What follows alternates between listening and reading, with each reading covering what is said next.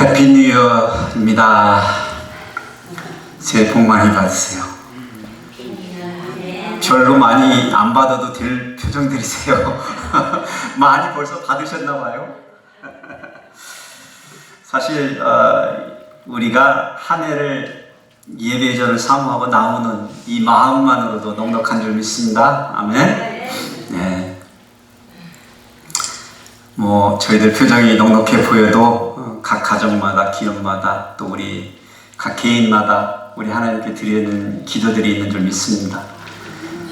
올 한 해 우리 하나님께서 여러분들과 함께 동행해 주시고, 여러분의 가정의 주인 되어 주시고, 여러분의 기업의 사장님 되어 주셔서 우리가 바라는 것보다, 소원하는 것보다 더 차고 넘치는 한 해가 될 줄 믿습니다. 올 한 해 어떻게 시작할까 했는데 누가복음이네요. 복음을 이야기하게 돼서 너무 기쁩니다.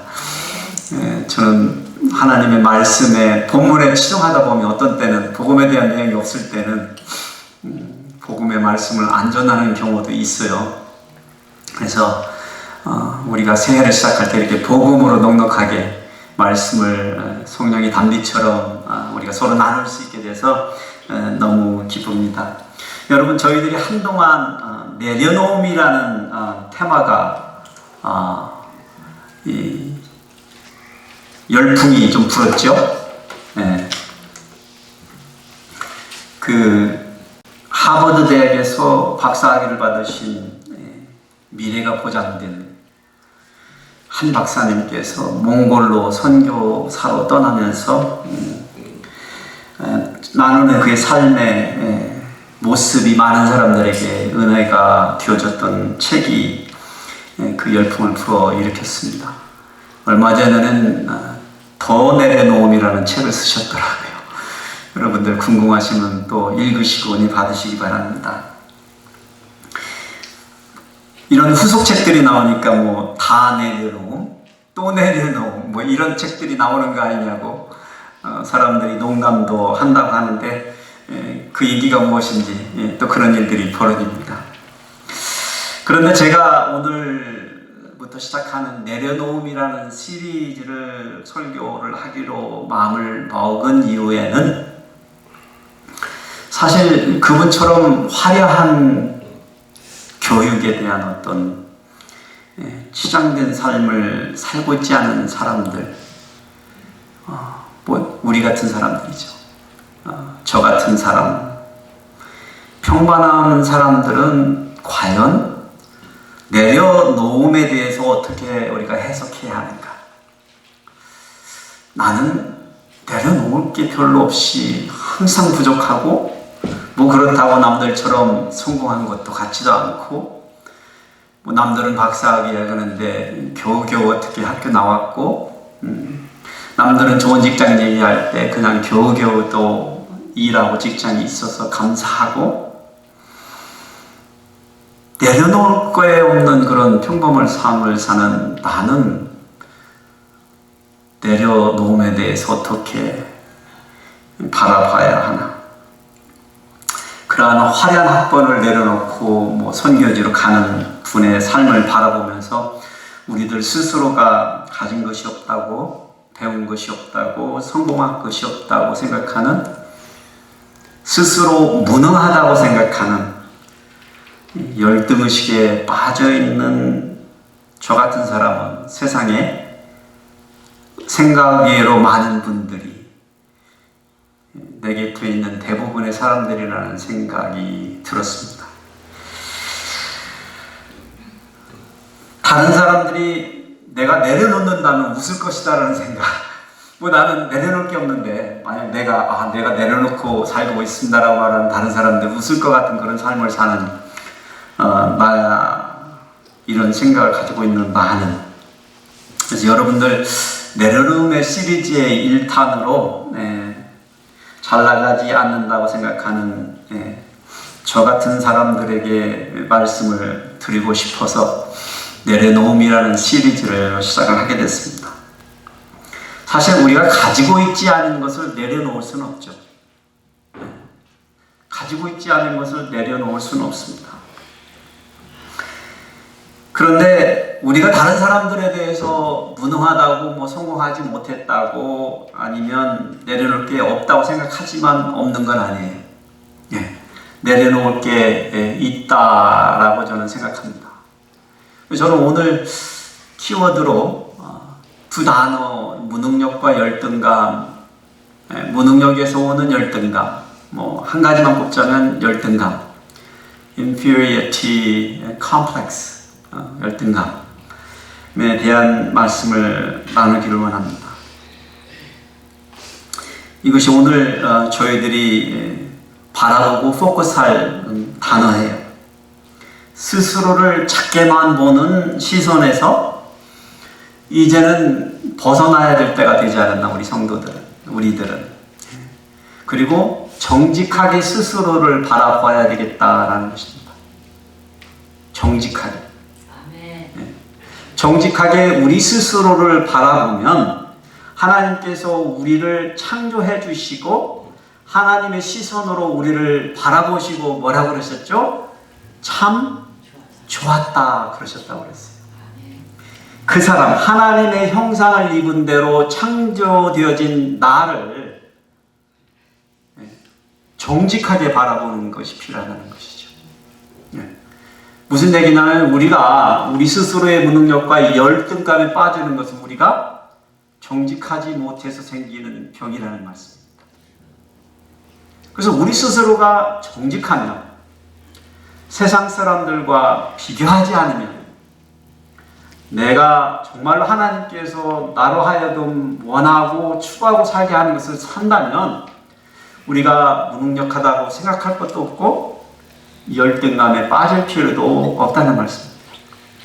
그래서 오늘 이 말씀을 사가랴와 엘리사벳 이 두 부부를 통해서 한번 다른 각도에서 조명을 해보려고 그러는 거예요. 오늘 본문의 말씀은 누가복음 1장에서 1절에서 25절까지지만 몇 절만 저희들이 읽겠습니다. 5절에서 18절을 읽겠습니다. 새해 떡국잡 쓰신 분들이 먼저 읽으시고 떡국 대신 다른 것 드신 분들이 두 번째로 읽으셨습니다. 누가복음 1장 5절에서 18절까지입니다. 시작. 유대왕 헤롯 때에 아비야 반열에 제사장 한 사람이 있었으니 이름은 사가랴요 그의 아내는 아론의 자손이니 이름은 엘리사벳이라. 이 두 사람이 하나님 앞에 의인이니 주의 모든 계명과 규례대로 흠이 없이 행하더라. 엘리사벳이 잉태를 못함으로 그들에게 자식이 없고 두 사람의 나이가 많더라. 마침 사가랴가 그 반열의 차례대로 하나님 앞에서 제사장의 직무를 행할세 제사장의 전례를 따라 제비를 뽑아 주의 성전에 들어가 분향하고 모든 백성은 그 분향하는 시간에 밖에서 기도하더니 주의 사자가 그에게 나타나 향단 우편에 선지라. 사가랴가 보고 놀라며 무서워하니 천사가 그에게 이르되 사가랴여 무서워하지 말라. 너의 간구함이 들린지라. 내 아내 엘리사벳이 내게 아들을 낳아주리니 그 이름을 요한이라 하라. 너도 기뻐하고 즐거워할 것이요 많은 사람도 그의 태어남을 기뻐하리니 이는 그가 주 앞에 큰 자가 되며 포도주나 독한 술을 마시지 아니하며 모태로부터 성령의 충만함을 받아 이스라엘 자손을 주 곧 그들의 하나님께로 많이 돌아오게 하겠음이라. 그가 또 엘리야의 신령과 능력으로 주 앞에 먼저 와서 아버지의 마음을 자식에게 거스리는 자를 의인의 슬기에 돌아오게 하고 주를 위하여 세운 백성을 준비하리라. 다 같이 읽으시겠습니다. 사가랴가 천사에게 이르되 내가 이것을 어떻게 알리요? 내가 늙고 아내도 나이가 많으니이다. 아멘. 아멘. 의사였던 누가가 누가복음을 쓴 이유에 대해서 이 서론에서부터 밝히고 있죠. 예수 그리스도를 따르는 사람들이 전하던 내용, 복음이 정말로 참말로 진짜 복음인가에 대한 이 일에 대해서 해명하겠노라.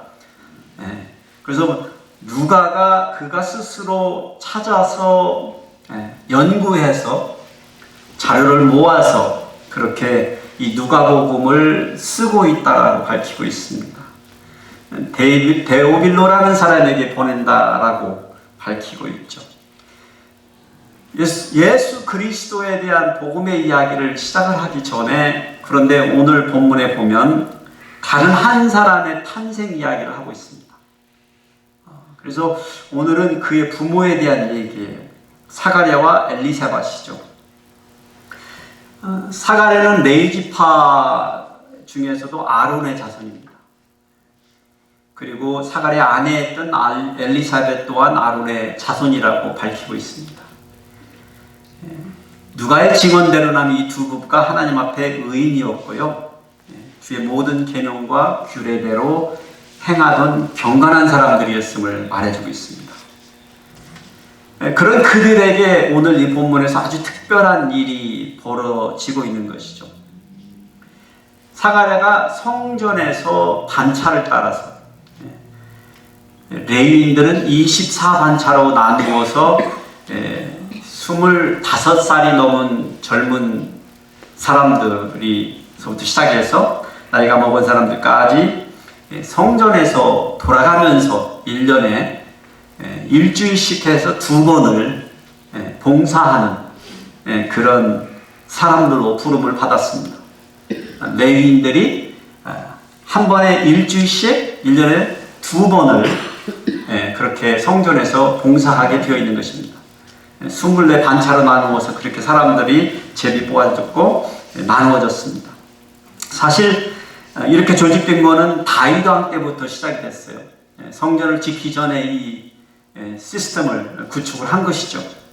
근데 재미있는 것은 사실 다윗 왕께서부터 시작한 이 일이 분열 왕정 시대에도 그때의 혼란을 다 지나서 또 포로 시대 엄청났던 그 혼돈의 시대도 지나고 또 바벨론의 포로들이 다시 뒤돌아와서 변혁을 이루었던 그 시대에도 또 그 후에 이어지는 신구약의 중간기의 암흑의 시대에도 거쳐서 결국에는 이 신약의 시대에 복음이 도래했던 시대에도 이 제사장들이 이 일을 계속해 왔다라는 것이죠. 여전히 복원되어지고 유지되어 있었던 것입니다. 성소 임무를 맡은 제사장들의 하는 일이 여러 가지가 있는데 오늘 본문하고 연관된 일을 한 가지 소개를 해드리기로 합니다. 여러분이 잘 아시다시피 성소에는 금 등잔대가 있었고요. 거기에는 7개의 등불이 올려져 있었습니다. 그 등잔대에는 올리브유를 쓰는 등불이 타고 있었죠. 하루 종일 꺼지지 않고 켜져 있도록 했습니다. 근데 올리브 등잔은 여러분들이 어린 시절에 석유 등잔 보신 적 있으세요? 저는 어렸을 때 초등학교 때서야 전기가 들어온 마을에 살았기 때문에 우리 집에서도 그 하얀 석유 등잔을 뗀 기억이 있습니다. 비슷했을 거예요. 뭐 사기로 만들었겠죠. 도자기 같은 형식으로 올리브 등잔을 만들어서 올리브 우유를 감남유죠. 순도 높은 100%짜리를 썼을 거예요. 그리고 심지를 순면 노끈을 만들어가지고 이렇게 와가지고 그렇게 뭐 애기 손가락만한 심지로 이렇게 해서 불을 피우도록 했었을 것입니다. 그런데 불을 피우면 저도 기억이 나지만 그 석유 등잔을 태우고 나면은 끓음이 올라와요. 그리고 계속 타면서 심지가 불똥이 생기기 시작하죠. 그래서 많이 태면 탈수록 불똥이 커지면서 끓음도 더 생기고 그런 현상이 일어나면서 냄새도 나고 이렇게 되겠죠. 상상을 해보십시오. 성막 안에 7개의 올리브 등잔이 그렇게 타고 있습니다. 하루 종일 꺼지지 않고 24시간. 냄새가 날까요? 끓음이 있을까요? 없을까요? 네. 그러니 제사장들이 하는 일이라는 것은 그 심지를 돋아주고, 불똥이 생기면 잘라주고, 또 무슨 일이 생기면 꺼지지 않도록 해야 되는 임무들이 있었던 것입니다. 그것이 제사장들이 아침 저녁으로 해야 되는 일이었습니다. 아침 저녁으로. 네. 그래서 금 등잔 옆에는 불집게와 불똥 그릇이 준비되어 있다는 말을 여러분이 들어보셨을 거예요. 네. 성전 안에 나는 타는 냄새와 함께 그것들의 냄새를 어떻게 없앨 수 있을까요? 그래서 그 등잔대 옆에는 성막과 지성소의 커튼 앞에 성소 안쪽으로 분향단이 있었습니다. 분향단. 오늘 누가복음에 나타나는 사가랴가 성소 안에서 분향단 앞에서의 사건이 시작이 되죠. 그 분향단에서는 향을 피우는 일이 있었던 것입니다. 그래서 그 분향단에서 쓰는 향은 4가지 향을 섞어가지고 써요. 뭐 소향이라고 해가지고 모략, 그 다음에 나감향이라고 해가지고 어떤 나무에서 축출되는 어떤 향, 풍자향, 또 유향, 이 4가지를 1대1대1로 비율로 섞어서 소금에다 해가지고 이렇게 해가지고 만드는 특별한 법으로 만들어서 쓰는 거룩한 향품을 태웠습니다. 이것도 역시 제사장이 아침 저녁으로 향을 태웠습니다. 우리는 이 분향단에서 바쳐지는 이 향품에 타는 향을 보편적으로 우리 성도들의 기도로 여러분이 많이 듣고 배웠을 것이지만, 제가 오늘 말씀드리고 싶었던 부분은 현실적으로 왜 이 향을 아침 저녁으로 태워야 됐는지를 이제 아시게 되셨습니다. 24시간 계속해서 불타오르는 올리브 등잔에서의 끓음과 냄새를 없애주는 역할도 동시에 했던 것입니다. 어쨌거나 사가랴가요, 오늘 주의 성전에 들어가서 그러한 일을 하고 있을 때 분향단의 오른편에서 누가 나타났다고요? 천사가 나타난 것입니다. 그 천사가 해준 말이 사가랴에게는 믿기 어려운 말이었습니다. 오늘 그 내용을 대강 이렇게 한번 간추려 보면 사가랴 이 부부들에게 아들이 태어날 것이다라는 말을 하는 거예요. 근데 그 아이가 보통 애가 아니라는 겁니다. 보통 애가 아니에요. 훗날 모든 이에게 기쁨이 될 거라는 거예요. 너 부부에게만 기쁨이 되는 게 아니라 모든 사람에게 기쁨이 될 것이다. 그러니까 요한이라고 이름을 지어라. 또 그가 주 앞에 큰 자가 될 것이다. 주 앞에 큰 자가 될 것이다. 그러니 그를 라시닌으로 키워라. 라시닌. 포도주나 이런 독주를 마시지 않게 거룩하게 머리도 자르지 않고 그렇게 키워라. 또 이스라엘 자손을 하나님께 많이 돌아오도록 할 것이다. 하나님께 많은 백성이 돌아오게 할 것이다. 그렇게 해서 그가 주를 위하여서 세운 백성을 준비할 것이다 라고 얘기한 것입니다. 이걸 한번 요약을 해보면 그가 주 앞에 서리라. 그리고 주를 위하여 준비하는 자가 될 것이다 라고 천사가 예언해 준 겁니다. 사가랴에게. 여러분, 그 소식을 듣고 사가랴가 보인 반응을 저는 오늘 여러분들과 나누기를 원해요. 그 사가랴가 그 첫 번째 그 말을 듣고 나서 어떻게 반응했을까요? 처음 들었을 때 그것을 믿지 않았습니다. 믿지 않았어요. 사가랴가 자기가 말하는 것이죠. 나는 늙었고 내 아내 엘리사벳은 나이가 먹었고, 같은 말이죠. 같은 말이죠. 이제는 우리는 시들한 나이다. 자식을 낳은 나이가 아니다라고 얘기를 한 것입니다. 그러니 사가랴가 그런 나이 때에 자기 부부가 이런 소리를 들었을 때 그걸 믿을리 만무하죠. 믿는다는 것 자체가 이상한 일이죠. 내가 이것을 어떻게 할까? 어떻게 믿을 수가 있습니까? 라는 소리죠. 사실 사가랴가 내가 나이가 먹었다라는 표현과 내 아내가 늙었다라는 표현은 믿음이 적어서 그런 말을 하는 게 아니죠. 사실이 그러니까. 사실이 그러니까. 이것은 어떻게 사람이 어찌 할 수 있는 일이 아니잖아요. 그렇죠? 그러니 그가 사가랴가 천사가 한 말을 고지고대로 들을 수가 없는 거죠. 믿을 수가 없는 것이죠. 당연한 것이죠. 그런데 사실 여기서 조금 더 깊게 들여다보면 저는 이 말씀을 조금 더 묵상을 하면서 사가랴가 지금 변명하고 있다는 생각을 갖게 됐습니다. 변명을 하고 있다. 뭔가를 숨기고 있다라는 생각을 했어요. 사실 사가랴와 엘리사벳에게는 젊은 시절에도 자식을 낳을 수 없었어요. 무슨 얘기 아세요? 그 두 부부는 젊었을 때도 불임부부였었어요. 아이를 낳을 수가 없었어요. 엘리사벳이 불임이었습니다. 지금 사가랴는 자기가 늙어서 애를 못 가진다는 말을 하고 있지만 진작 그 속으로는 그 젊은 시절부터 그렇게 애타가 기다리는 자식을 가질 수 없는 자기 자신의 처지가 있다는 것을 알고 있습니다. 자기 아내의 무능력 속에서 깊이 박혀있는 열등감, 그것을 지금 말하고 있지 않은 겁니다. 사가랴는 그저 우리가 이제는 늙어서 애를 가질 수 없습니다 라고 표현하고 있는 뿐이죠. 사실 유대인들은 우리 조선의 조상들처럼 칠거지약이라는 걸 만들어 놓고 여자가 아들을 낳지 못하면 이혼을 해서 내쫓아도 되는 그런 악한 법을 만들어 놓고 남자들이 유세를 떨던 시절이 있었습니다. 그런데 유대인들은 그 정도는 아니었어도 그래도 자식이 없는 부부는 하나님으로부터 복을 받지 못했다라는 그런 보편적인 생각은 다들 하고 있었습니다.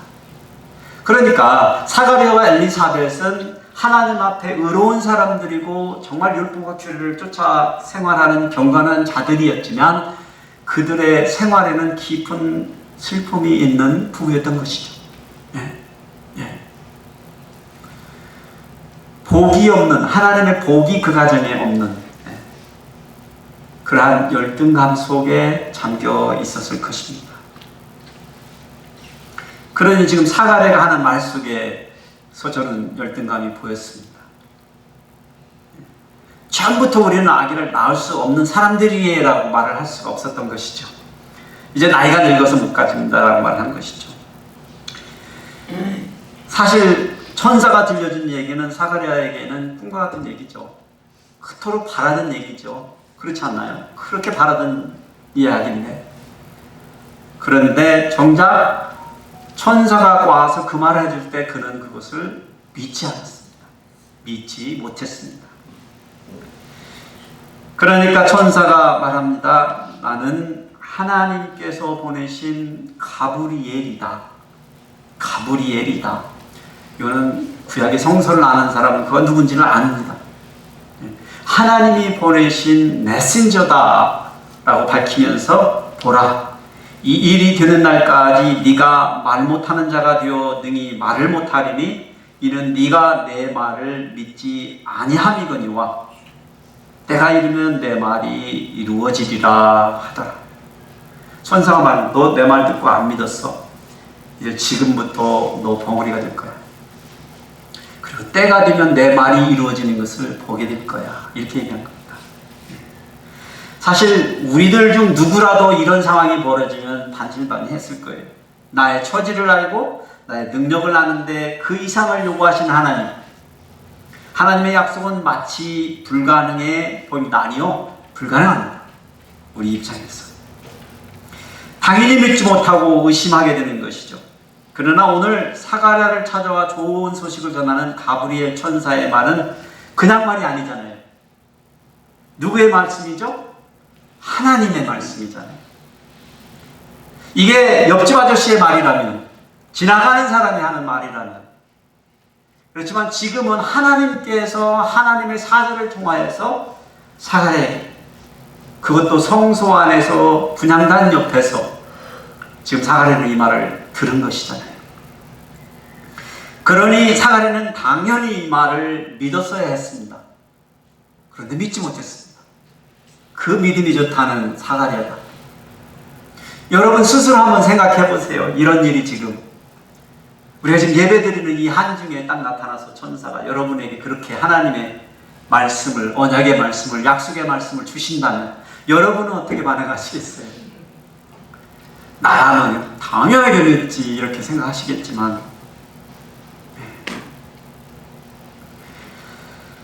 우리 성도들은요, 사가랴에게, 그 사람에게 주어진 하나님의 약속의 말씀은 보내신 분이 하나님이시라는 사실을 우리도 기억을 해야 돼요.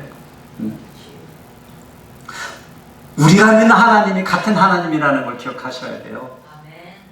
사가랴에게 나타난 가브리엘 천사가 역시 오늘날도 살아계셔서 역사하시는 하나님의 종이 되어서 하나님의 백성들에게 메시지를 전하는 천사로 아직도 활동하고 있다는 것을 기억하셔야 돼요. 우리 같은 사람들, 아니요, 사가랴와 엘리사벳 같은 사람들이 우리들이죠. 하나님께서는 아직도 자신의 섭리와 뜻을 드러내기를 멈추시 아니하셨다는 것이죠. 여전히 우리의 하나님의 백성들을 돌보시고 보호하시고 그들을 통하여 자기의 섭리를 이루어 가시는 하나님이시라는 것을 우리는 믿고 또 기대하는 삶을 살아요. 사가랴는 그 시각부터 말 못하는 벙어리가 되었습니다. 사가랴가 성소 밖으로 나올 때가 되는데 아직 안 나오니까 바깥에서 난리가 났죠. 무슨 일이 있는가. 근데 나오니까 보니까 사가랴가 이상하잖아요. 말을 못하는 것을 발견한 겁니다. 근데 역시 이스라엘 사람들은 하나님의 백성은 백성인가 봐요. 그들이 눈치를 팍 쳤어.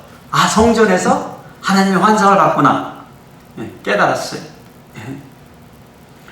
하여튼 사가랴는 성전에서 그 말 못하는 대로의 사역을 감당하다가 자기가 맡은 임무의 기간, 며칠이라고 그랬죠? 일주일간의 기간을 다 채우고 집으로 돌아갔습니다. 자, 집으로 돌아가는 사가랴의 심정이 어땠을까요? 집으로 돌아가는 이 늙은 사가랴는 어떤 심정이었을까요? 자신이 벙어리가 되어서 이제 집으로 돌아가는 사가랴의 마음속에는 어떠한 생각들이 들었을까요? 사가랴는 자기의 아내 엘리사벳을 보고 어떻게 이야기를 했을까요? 그런데 무엇보다도 사가랴는 지금 자기가 당한 이 일이 하나님으로부터 왔다는 것을 확신했을까요? 제 생각에는 확신했다라는 생각입니다. 자기가 말을 못하는 벙어리가 되어서 집으로 가면서 그 확신의 깨달음 속에서 이 일은 보통 일이 아니구나를 깨달았을 것입니다. 어쩌면 큰일 났구나 생각을 했을 수도 있습니다. 지금까지 그는 자기의 무능, 자기 아내의 무능 속에서, 열등감 속에서 빠져서 우리는 포기하고 살았다고 생각했는데, 그렇죠. 자식이 없는 사람들이 다 포기하고 살아도 남들이 누구네 집에 뭐 누가 태어났대 그런 소리 들으면 속에서 가슴이 쿵 하는 그런 소리를 듣는 그런 심정으로 살아간다고 그래요. 그러면서 그 속에서 깨달았을 거예요. 집에 들어온 사가랴가 한 일이 다행히 일입니다. 마침내 천사가 전해준 그 말을 믿었습니다. 그리고 실행에 옮겼습니다. 저는 이 말을 억지로 일부러 여러분들이 잘 무슨 일이 벌어졌는지 알도록 저렇게 썼습니다. 믿고 실행에 옮겼습니다 라고 썼습니다. 사실 본문은 별로 그 얘기에 대해서 많이 다루고 있지는 않아요. 근데 저는 오늘 좀 그 얘기를 더 하고 싶어요. 이게 현실이잖아요. 하나님의 말씀을 받아가지고 집에 돌아온 사가랴가 아내 앞에 나타났는데 남편이 말을 못하네요. 무슨 일이 있었어? 뭔 일이야? 그러니까 이제 사가랴가 서판에다가 뭘 써서 대화를 했겠죠? 땅바닥에다가 글을 썼든지요. 그렇게 하면서 소통을 했을 거 아니에요. 구역구역. 네. 사가랴의 설명을 쭉 들으면서 엘리사벳이 어땠을까요? 여러분, 아브라함과 사라 이야기 기억나시죠? 그때 사라는 어떻게 했죠? 웃었어. 웃었어. 그 소리를, 그 이야기를 사가랴와 엘리사벳은 알고 있나요? 모르고 있나요? 알고 있습니다. 알고 있습니다. 이전에 하나님께서 아브라함과 사라에게도 이러한 약속의 말씀을 성경의 하나님의 말씀을 통해서만 들었는데 이 일이 자기 일이 돼버렸잖아요, 지금. 네. 어떻게 했을까요? 이러한 일은요, 사가랴와 이 엘리사벳이 예언의 말씀을 실행에 옮기기 위해서 필요한 절차가, 저는 젊었을 때는 얼마나 많은 믿음이 필요했는지를 몰랐습니다. 별 생각을 안 해봤어요. 그렇게 깊숙하게. 그런데 오늘 이 본문의 말씀을 보면서 깨달은 것이요, 아브라함과 사라에게 그 믿음을 보시고 했었을 때 그게 그렇게 큰 믿음인가 생각을 했었고요. 전에도 젊었을 때는 이들이 사가랴와 엘리사벳이 가지고 믿음으로 옮겼을 그 믿음을 보고 그게 그렇게 큰 믿음인가 생각을 했었습니다. 이제 저도 내년이면 한갑이니까, 나이가 먹을 만큼 먹고 나니까 이 부부가 지금 해야 될 일들, 하나님의 약속의 말씀을, 예언의 말씀을 성취해내기 위해서 감당해야 할 일은 결코 작은 일이 아니고 쉬운 일이 아니에요.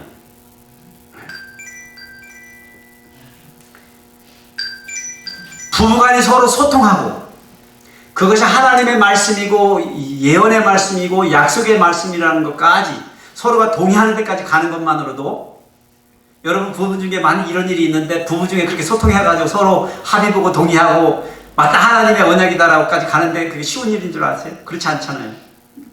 네. 사실 우리가 같이 한 자리에 와서 예배 드리는 것만으로 축복으로 여기고 사는데, 그렇잖아요. 이 두 부부는 그걸 다 해야 됐어요. 말도 못하는 사람이 소통 다 해가지고 아내와 남편이 동의, 합의, 날도 잡고 거룩한 합방을 한 거죠.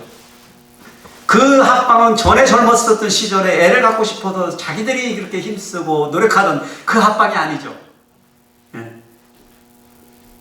이것은 그들이 그동안 자기 스스로를 바라봤던 무능력함을 버리고 열등의식을 초월해서 하나님의 언약의 말씀을 붙들고, 여기 본문에는 기도하고 했다는 말은 없지만 어쩌면 두 부부가 손을 꼭 잡고 기도하며 하나님의 말씀을 두 부부를 향하여서 성취해 주기로 기도하는 마음으로 이 일을 행했을 것입니다.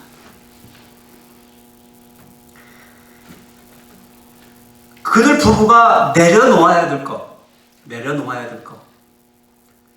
그러한 것은 세상의 부귀영화가 아니었죠. 그리고 우리처럼 보통 평범한 사람들은요, 뭐 그런 유명한 하버드 박사학위 같은 거 없어요. 그렇죠? 내려놓을 게 없잖아요. 그렇지만 우리 속에서 누구나가 가지고 있는 내 스스로를 바라보는 연약한 마음, 정직하지 않게 우리를 보는 거죠. 우리는 하나님의 형상으로 완벽하게 멋지게 아름답게 만들어진 존재임에도 어쩐지 우리는 우리 스스로를 바라볼 때 불완전하고 연약하고 나약하게 바라보잖아요. 그 모든 것들을 내려놓고 세상이 부러워할 만한 것들을 우리는 갖고 있지 않죠. 우리가 갖고 싶어하는 것들도 갖고 있지 않죠. 우리 스스로를 하나님의 은혜의 임재에 나가는 것을 막고 있는 많은 것들이, 모든 것들 우리가 내려놓아야 될 것들입니다. 우리 스스로가 무능하다고, 못나다고, 열등의식 같은 불가능하다고 생각하는 것들을 내려놓아야 됩니다. 내가 남들보다 건강하지 못하다라는 것도 마찬가지입니다. 또 어떤 면에서는 내가 남들보다 믿음이 없다라고 생각하는 것조차도 내려놓아야 되는 것입니다. 하나님께서 하시고자 하시면 믿는 자들에게는 능치 못함이 없다는 말씀이 여러분들 기억나시죠? 근데 본장 37절에요. 천사가 똑같은 일을 마리아한테 가서 얘기를 합니다. 근데 천사가 마리아에게 들려주는 내용이 있어요. 37절에 대저 하나님의 모든 말씀은 능하지 못하심이 없느니라. 아멘. 이 말을 하면서 말하는 게 뭔지 아세요? 너 잘 알지? 엘리사벳, 네 친척. 그녀가 무자하잖아. 아이를 못하잖아. 임신 중인 거 아니? 그러면서 마리아에게 약속의 말씀을 전해주는 광경에서 이 말씀을 하고 있어요. 하여튼 사가랴와 엘리사벳이 하나님의 말씀을 믿고 실행에 옮겼습니다. 24절에 짧게 이렇게 누가는 기록합니다. 이 후에 그의 아내 엘리사벳이 잉태하고 5달 동안 숨어 있으며, 엘리사벳이 그 당시 어떤 마음이었는지를 힌트해 주죠. 예. 막 임신했으면 기뻐가지고 젊었을 때면 나가가지고 동네방네 막 얘기하고 다녔을 것 같은데, 자기 스스로 생각해. 이 늙은이가 임신했다는 것을 어떻게 어디 가서 말을 하냐는 거죠. 그러니까 5달 동안 숨어서 그러고 지냈다는 거 아니에요. 다른 사람들 알면 수군거렸을 거 아니에요. 무슨 창피야 뭐 그런 말들을 했었을 가능성.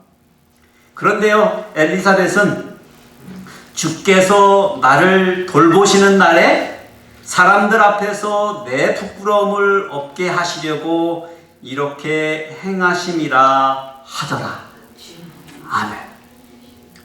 자기의 마음에 적어도 그 마음을 품었다는 거예요, 엘리사벳은.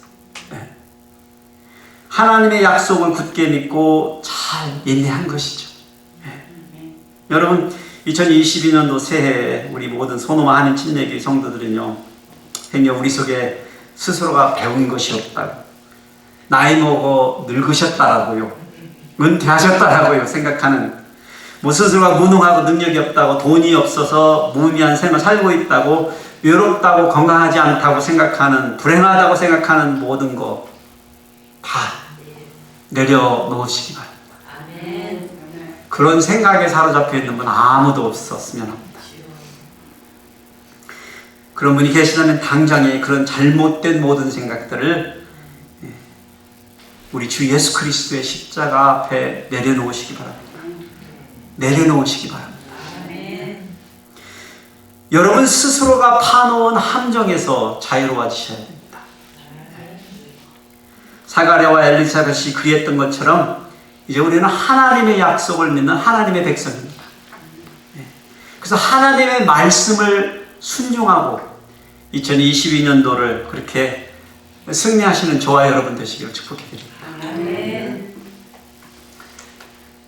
하나님의 언약의 말씀을 믿고 실행에 옮겨더니 사가랴와 엘리사벳은 거기에서 멈추지 않았어요. 놀라운 일이 벌어집니다. 사가랴는 이제 성령의 충만함을 받고 자기 스스로가 담대하게 예언을 증언합니다. 네.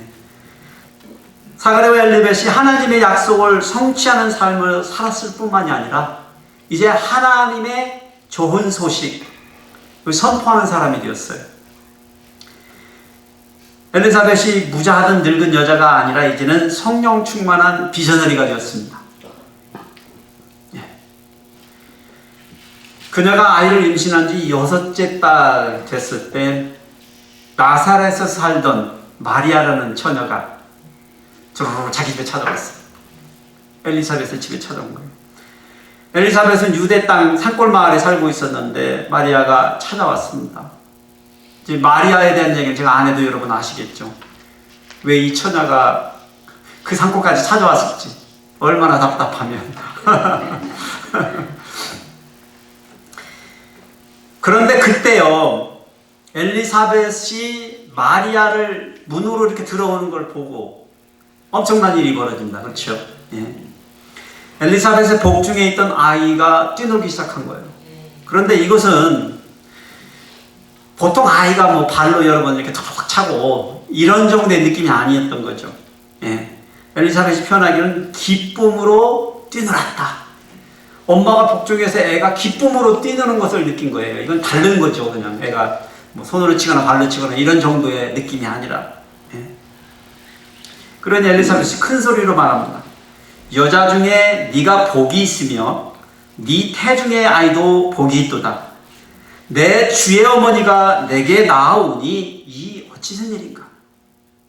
보라, 네가 문하는 소리가 내 귀에 들릴 때에 아이가 복중에서 기쁨으로 뛰놀았도다. 주께서 하신 말씀이 반드시 이루어지리라고 믿은 그 여자에게 복이 있도다. 아멘. 무슨 일이 지금 벌어졌습니까? 엘리사벳이 마리아의 복중에 누가 있는지를 안 거예요.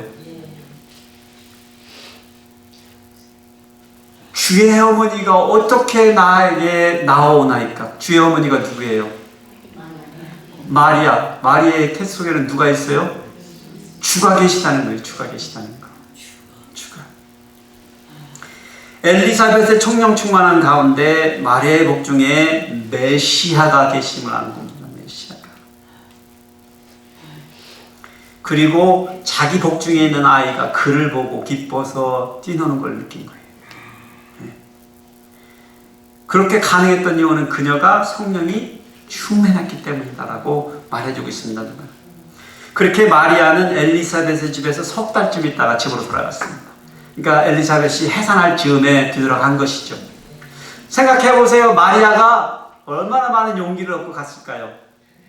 예. 예. 성령의 충만함은 엘리사벳에만 있었던 건 아니에요. 예. 사가랴에게도 임하였습니다. 엘리사벳이 해산해서 아들을 낳았습니다. 사가랴는 그의 아들이 8일째 되는 때에 할례를 시키려고, 그래서 사람들이 아기 이름을 줘야지. 그래서 사람들이 이제 문중에 있는 사람들이 와서 이제 이름을 짓기 시작하는데, 어떻게 사가랴 주니어라 하면 어때? 이런 거죠. 사가랴라고 아버지의 이름을 따서 이름을 줘주려고 그랬는데 엘리사벳이 아니다 그런 것이죠. 그를 요한이라 할 것이다. 이 말은 무슨 얘기예요? 엘리사벳이 자기 남편이 만난 천사와의 대화를 다 이미 이해하고 알고 있다는 거죠. 엘리사벳 속에서는 지금 자신들이 하는 일이 무엇을 하고 있다라고요? 하나님의 예언을 성취하고 있다는 것을 알고 있습니다. 이 일이 하나님의 일이지 자신들의 일이 아닌 것을 이미 알고 있는 거예요. 사람들이 무슨 얘기야? 우리 집안에는 그런 이름 쓴 적 없어. 이렇게 나옵니다. 문중 사람들이. 그러니까 뭐 아예 아버지에게 물어보자. 그래서 사가랴에게 물어본 거예요. 아직도 말을 못하고 있는데. 그러니까 서판을 가지고 사가랴가 뭐라고 썼게요? 예? 요한이라고 썼어요. 요한이라고. 그러면서 요한이라고 쓴 게 나니까 사가랴의 혀가 풀린 거예요. 그때서부터 아예 아버지가 말을 하기 시작한 거예요. 그러니까 문제에 왔던 그 사람들과 이웃 사람들이 얼마나 기뻐 날뛰겠어요. 이게 그냥 보통 일이 아니구나 깨달은 것이죠. 그가 장차 커서 어찌 되려고 이런 일들이 벌어지는가 사람들이 이제 얘기를 하는 것이죠. 요한을 보면서. 그때 아버지 사가랴가요 성령의 충만함을 받아서 이런 예언을 하게 됩니다. 다윗의 집안에 나타날 메시아께서 선지자들에게 의하여 예언되어진 대로 오셔서 백성들을 구원하실 것임을 선포한 겁니다. 그리고 자신의 아들 요한은 선지자 노릇을 하며 그 주 앞에 가서 주의 길을 예비하며 많은 사람들에게 죄사함을 얻게 하는 구원을 선포할 것을 예언한 것입니다. 1장 마지막 부분을 여러분들이 읽어보면 자세한 예언의 내용이 나옵니다. 저는 요약해서 여러분들에게 말씀을 드린 것입니다. 사가랴가 성령이 충만해서 누가 오심을 선포했습니까? 메시아가 오심을 선포한 겁니다. 그저 그냥 한 늙은 노 부부가 자식도 없이 쓸쓸하게 그렇게 살아가던 그들이 이제 성령의 충만함을 입어서 메시아 오심을 예언할 수 있는 놀라운 비전들이가 되어 있는 것입니다. 사실 우리들이 성도들이 기억해야 할 것은 늘 우리는 내려놓을 게 없는 사람들 같이 생각하는 거예요. 부족하니까, 없으니까, 남들처럼 못 산다고 생각하니까. 그런데 우리가 부와 영광뿐만 아니라 우리의 무능함과 열등함도 하나님 앞에 겸손하게 내려놓을 때 우리가 성령의 충만함 가운데서 성령의 능력함을 받아서 그 본능으로 살 수 있는 사람들이 되는 것입니다. 이제 우리는 하나님께서 쓰는 사람은 세상의 높은 지위에 있는 사람들이 아니라는 것을 아셔야 돼요. 세상의 부귀영화를 누리는 사람을 하나님께서 쓰시는 사람이 아니라는 것을 아셔야 돼요. 잘 나가는 사람들만 쓰시는 하나님이 아니시는 거죠. 사가랴와 엘리사벳처럼 평범해 보이지만, 무능해 보이지만, 없어 보이지만, 가난해 보이지만, 약해 보이지만 여전히 하나님을 경외하고 여전히 하나님을 섬기며 경건하게 사는 사람들을 우리 하나님께서는 찾아오시고 쓰신다는 사실을 저희도 2022년도를 시작하시면서 기억하셨으면 합니다. 그래서 우리들은 하나님 앞에 의인이 되어야 되겠죠. 하나님 앞에 떳떳한 백성이 되어야 되겠죠. 우리가 하나님의 말씀, 모든 규례와 계명들을 지켜나가는 삶을 살아야 되겠죠. 그렇게 한 해를 보람차게 살아가시면서 뭐 하나님께서 설마 여러분들 와서 애 하나 더 낳으라고 그렇지 않으실지도 모르지만